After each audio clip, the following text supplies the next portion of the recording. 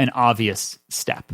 Like there's no opportunities that I've gotten that have been just out of the blue and they're like my big break or anything like that. It's all like, yeah, well, I did this record and this person really likes it, so obviously we should work together. And then, you know, if I'm working with him, I should probably work with this guy as well because he's hearing these records that I'm making. So it's all these steps that really are pretty modest, but they make sense to do, and they only work out if you're constantly improving. And like when the next step is showing itself to you, you are prepared in your craft, in what you can do, that you're going to be able to utilize that opportunity. Yeah, I love it. So it's like very organic. If you just put your head, if you keep your head down, you do the work, you get better, and then things will, slowly escalate. But you have to have patience for that long game. You got to have patience, and you got to work your ass off. You got to be the best that like you got to at least try to be the best. There has to be some kind of a.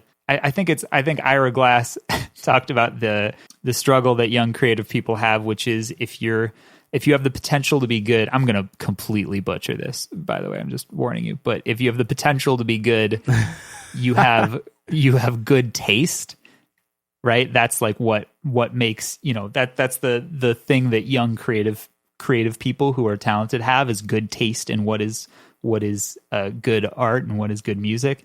And you have no skill set at all for a long period of time, and you're not good yet.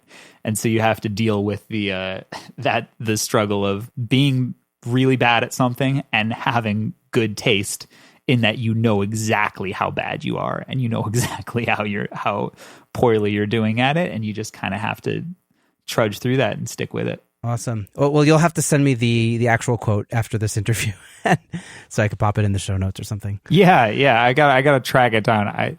We'll see how deeply I butchered it, but it was inspiring to me at the time. Nice. I totally dig that. I'm going to ask you just two more questions, and we'll end the interview. The first thing is, how can our audience find you on the internet? And the second thing is, any tips for being creative while this whole world is frozen and everyone's just stuck in their houses? Yeah, well, so I actually, my next 2 weeks, I have scheduled a lot of ways that I can be creative without interacting with people. So I'm doing a lot of Skype production sessions, and I'm using a program called Listen To, which allows me to stream. I think it's made by a company called Audio Movers, and you can basically just stream the output of your Pro Tools in full quality to people to listen to off of a link on the internet. So I'm awesome. Doing a lot of like mixing for people. A couple of days ago, I was mixing at the studio, so I can mix at the studio and I can stream to someone else so they can hear it and in real time make mix notes to myself. But yeah, it's a very strange time to make music. It's both a very strange time and a really opportune time to make music, because every musician that I know doesn't have anything to do at the moment. Right, totally. This is our moment. This is our moment. We have to use a lot of records are going to happen. A lot of records are coming down the pipeline in the next month. A lot of records and a lot of babies are going to be made. Oh my God, yeah. Those are the only two things to do. Exactly. Awesome, man. Noam, how could we find you on the internet? Yeah, I'm on Instagram at Noam Wallenberg, at Noam Wallenberg. It's NoamWallenberg.